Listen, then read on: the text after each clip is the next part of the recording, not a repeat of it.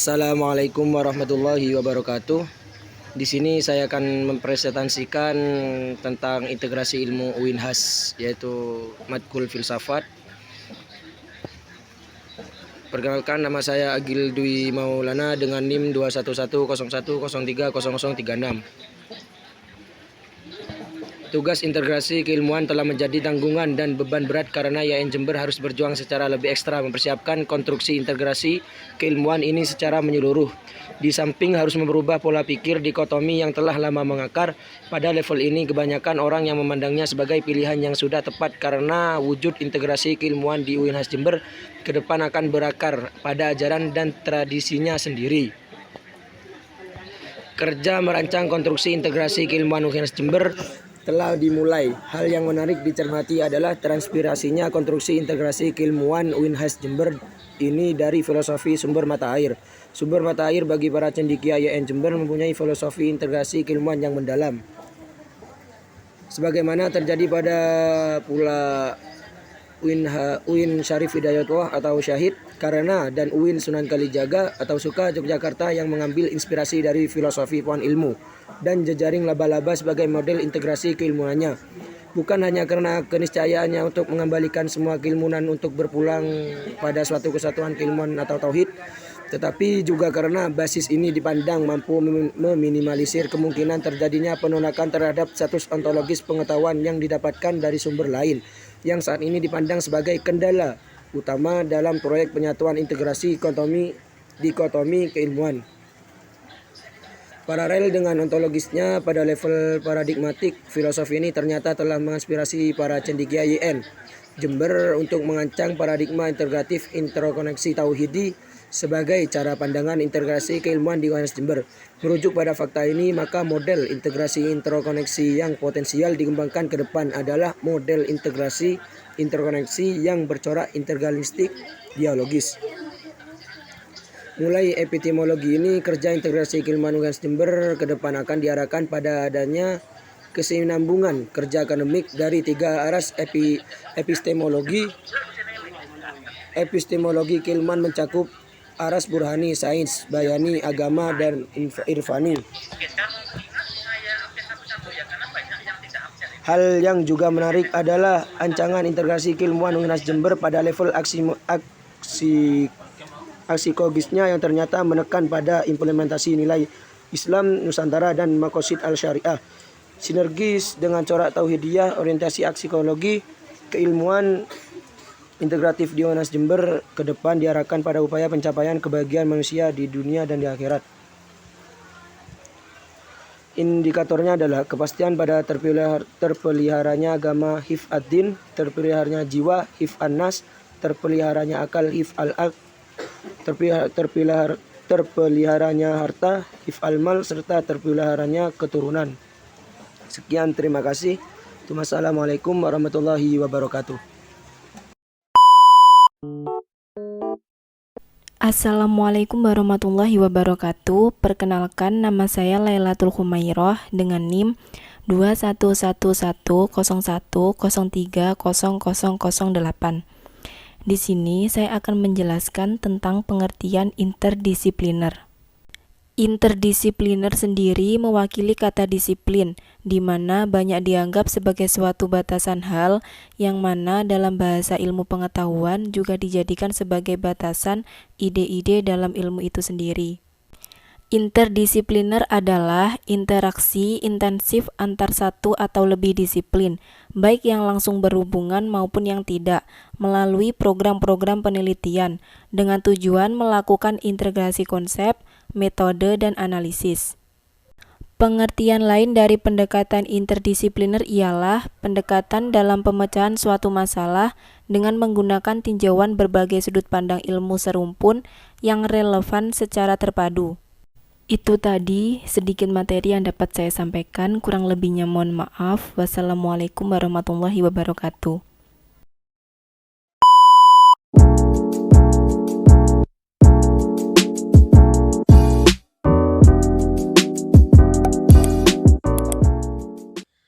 Assalamualaikum warahmatullahi wabarakatuh.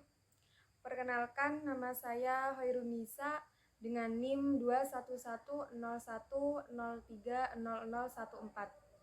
Di sini saya akan menjelaskan pengertian multidisipliner. Multidisipliner adalah penggabungan beberapa disiplin untuk bersama-sama mengatasi masalah tertentu. Pendekatan multidisipliner adalah pendekatan dalam pemecahan suatu masalah dengan menggunakan tinjauan berbagai sudut pandang banyak ilmu yang relevan.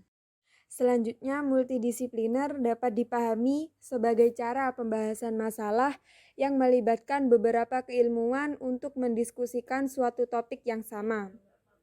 Adapun karakteristik dari multidisipliner ini adalah para ahli dari masing-masing keilmuan tidak saling memberikan umpan balik mengenai hasil pemikirannya kepada ahli dari bidang lainnya. Dengan kata lain, multidisipliner adalah pembahasan lintas disipliner tanpa adanya kolaborasi. Itu saja yang dapat saya sampaikan. Kurang lebihnya saya mohon maaf. Wassalamualaikum warahmatullahi wabarakatuh. Langsung saja, transdisipliner adalah di satu sisi berakar pada munculnya apa yang disebut sebagai masyarakat pengetahuan yang mengacu pada kondisi semakin pentingnya pengetahuan ilmiah di segala bidang sosial. Di sisi lain, ia mengakui bahwa pengetahuan juga ada dan diproduksi di bidang sosial selain ilmu pengetahuan. Perbedaannya adalah bahwa sistematisasi yang mengarah ke spesialisasi lebih menonjol dalam ilmu daripada bidang sosial lainnya. Penelitian transdisipliner berfokus pada hubungan antara ilmu-ilmu yang berbeda dan antara ilmu pengetahuan dan bagian lain dari masyarakat. Penelitian transdisipliner muncul dari meningkatnya jumlah masalah yang kompleks dalam kehidupan dunia, di mana solusi berbasis pengetahuan dengan hanya bertumpu pada disiplin ilmu tunggal atau bidang sosial tertentu tidak lagi dipandang memadai. Transdisiplin merupakan pendekatan yang kolektif yang memanfaatkan pengetahuan dan kemampuan analisis manusia dalam memahami sistem yang lebih besar dan kompleks. Makna pentingnya yang memadai transdisipliner ini adalah proses integrasi dari multidisiplin yang digunakan untuk membahas isu atau menghadapi permasalahan. Assalamualaikum warahmatullahi wabarakatuh. Perkenalkan, nama saya Muhammad Wailul Fajri dengan nomor NIM 211101030043. Interdisipliner adalah interaksi intensif antar satu atau lebih disiplin, baik yang langsung berhubungan maupun yang tidak, melalui program-program penelitian dengan tujuan melakukan integrasi konsep, metode, dan analisis. Pengertian lain dari pendekatan interdisipliner ialah pendekatan dalam pemecahan suatu masalah dengan menggunakan tinjauan berbagai sudut pandang ilmu serumpun yang relevan secara terpadu. Yang dimaksud dengan ilmu serumpun ialah ilmu-ilmu yang berada dalam ilmu tertentu, yaitu rumpun ilmu-ilmu kealaman, rumpun ilmu-ilmu sosial, atau rumpun ilmu-ilmu budaya. Sebagai alternatif, ilmu relevan maksudnya ilmu-ilmu yang cocok digunakan dalam pemecahan suatu masalah. Adapun istilah terpadu, yang maksudnya ilmu-ilmu yang cocok digunakan dalam pemecahan suatu masalah. Adapun istilah terpadu yang satu sama lain secara tersirat merupakan suatu masalah melalui pendekatan kesatuan pembahasan atau uraian termasuk dalam setiap sub-sub uraian. Kalau pembahasan atau uraian itu terdiri atas sub-sub uraian. Ciri pokok atau kata kunci dari pendekatan interdisipliner ini adalah inter, yaitu terpadu antar ilmu dalam rumpun ilmu yang sama, atau terpadunya itu. Misalnya dalam mengkaji teks agama seperti Al-Quran dan Sunnah tidak hanya mengandalkan pendekatan tekstual, tetapi harus dilengkapi dengan pendekatan sosiologis dan historis sekaligus. Bahkan masih perlu ditambah dengan pendekatan hermeneutik misalnya. Ada dua pendapat mengenai kelahiran pendekatan interdisipliner. Ada sebagian ahli yang mengatakan bahwa konsep interdisipliner merupakan yang berakar dari teori-teori, misalnya teori Plato, Kant, Hegel, dan Aristoteles. Karakter interdisipliner berkaitan dengan metode keilmuan yang bergantung pada teori-teori yang ada sebagai acuan. Idealnya, HI yang interdisipliner memiliki satu perspektif secara teori dominan. Namun ilmu HI memiliki berbagai perspektif yang tidak berfokus pada penilaian benar dan salah karena menerima satu perspektif yang dianggap sebagai kebenaran yang utuh. Berbagai macam perspektif dan kontribusi dari ilmu di luar ilmu dapat memberikan alternatif dalam pemahaman, namun di lain pihak menimbulkan skeptis mengenai disiplin yang solid. Teori yang dipergunakan untuk memahami fenomena yang terjadi tidak cukup teori yang bersifat universal dan memiliki kebenaran yang mutlak. Tetapi teori yang memberikan ruang yang bebas untuk terus mengalami perbaikan dan sesuaikan dengan perkembangan fenomena yang sedang berlangsung pada saat tertentu. Sebagian ahli yang lain mengatakan bahwa konsep interdisipliner ini merupakan fenomena abad ke-20 dengan adanya pembaharuan dalam dunia pendidikan, penelitian terapan, dan kegiatan yang menyeberang dari batasan-batasan disiplin tertentu. Meskipun ide dasarnya dapat dikatakan tua, istilah interdisipliner itu baru muncul pada abad ke-20. Menurut Klein, studi interdisipliner dilakukan pendidik, peneliti, dan banyak praktisi karena studi ini dapat menjawab sesuatu yang kompleks, menjawab permasalahan yang luas, meneliti hubungan antar disiplin, menjawab masalah yang ada di luar lingkup salah satu disiplin yang ada, dan mendapat keutuhan pengetahuan baik dalam skala terbatas maupun luas. Contoh dalam penggunaan pendekatan interdisipliner adalah menjawab status hukum aborsi. Untuk melihat status hukum aborsi perlu dilacak nas Al-Quran dan Sunnah Nabi tentang larangan pembunuhan anak dan proses atau tahap penciptaan manusia dihubungkan dengan teori embriologi. Ciri-ciri interdisiplin. Yang pertama yaitu peran dan tanggung jawab tidak kaku, dapat beralih sesuai dengan perkembangan. Yang kedua, menyadari adanya tumpang tindih kompetensi dan menerapkan dalam praktek sehari-hari. Yang ketiga, menemui dan mengenali keunikan peran sebagai disiplin yang tidak bisa diabaikan dan merupakan modal bersama. Yang keempat, ramah perluasan ilmu dan keterampilan yang dimiliki dan akan diterapkan merupakan yang paling komprehensif. Terdapat keinginan untuk memakui beban berat bersama, hasrat untuk saling berbagi pengalaman dan pengetahuan. Interdisiplin dimulai dari disiplin, setelah itu mengembangkan permasalahan seputar disiplin tersebut. Bismillahirrahmanirrahim. Assalamualaikum warahmatullahi wabarakatuh. Perkenalkan, nama saya Imam Serozi Ahmad Falihin dengan NIM 21110103003. Alhamdulillah, di kesempatan kali ini saya akan menjelaskan ataupun mempresentasikan tentang ciri-ciri multidisipliner dalam mata kuliah filsafat umum. Multidisipliner sendiri adalah pendekatan di mana dua atau lebih disiplin digunakan tapi tidak ada kerjasama antara satu disiplin dengan disiplin yang lain. Ciri-ciri multidisipliner yang pertama yaitu satu disiplin dan disiplin lain itu disejajarkan atau juxtaposition of disciplines. Yang kedua, antara disiplin satu dengan yang lainnya menawarkan sudut pandangnya masing-masing, tapi tidak ada upaya untuk memadukannya secara integratif.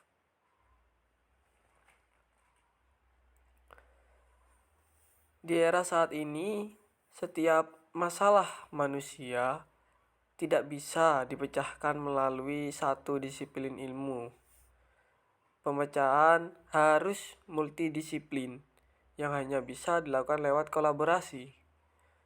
Perubahan sosial yang cepat itu meliputi berbagai bidang kehidupan dan merupakan masalah bagi semua institusi sosial seperti industri, perekonomian, pemerintahan, perkumpulan-perkumpulan, dan pendidikan. Masalah-masalah yang dihadapi dunia saat ini merupakan masalah yang bersifat multisektoral. Masalah yang kompleks tersebut tidak lagi dapat diatasi hanya dengan menggunakan satu disiplin atau pendekatan saja, tapi penggabungan berbagai disiplin ilmu. Selain itu, perkembangan teknologi dan peradaban dunia yang pesat berbanding lurus dengan kerumitan masalah yang ditimbulkannya. Masalah yang dihadapi dunia saat ini adalah masalah global yang dicirikan dengan ketidakmenentuan, multiperspektif, dan proses saling keterkaitan antara satu sama lain. Faktanya, semua permasalahan dan teknologi sebagai penerapan ilmu untuk kebutuhan praktis manusia merupakan sinergi antara berbagai disiplin. Pendekatan multidisiplin merupakan upaya mengintegrasikan berbagai sudut pandang untuk memecahkan masalah tertentu. Dengan memahami konsep multidisiplin merupakan salah satu upaya memahami dan memecahkan masalah kompleks dan urgensi pendidikan itu sebagai ilmu.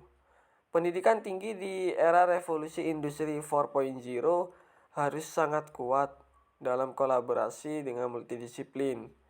Harus berbasis sains terapan dan teknologi untuk meraih kemajuan yang lebih besar.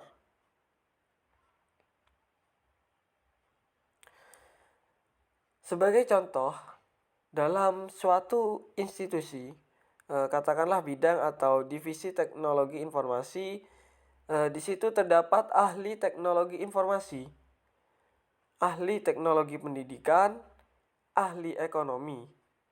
Tetapi, dalam memahami dan memecahkan masalah, mereka menganalisis masalah sendiri-sendiri berdasarkan perspektif keilmuannya masing-masing.